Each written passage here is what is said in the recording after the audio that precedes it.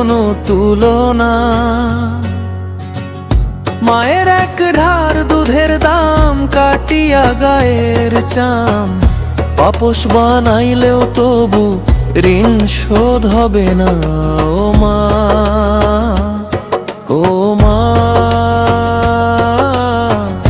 হয় না তোর কোনো তুলনা।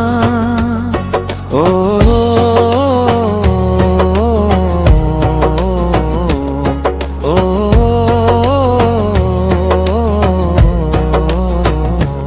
আল্লাহ ও রাসূলের পরে মায়ের অধিকার, হাদিস ও কুরআন থেকেই তা যাচাই করে নেও। আল্লাহ ও রাসূলের পরে মায়ের অধিকার, হাদিস ও কুরআন থেকেই তা যাচাই করে নেও।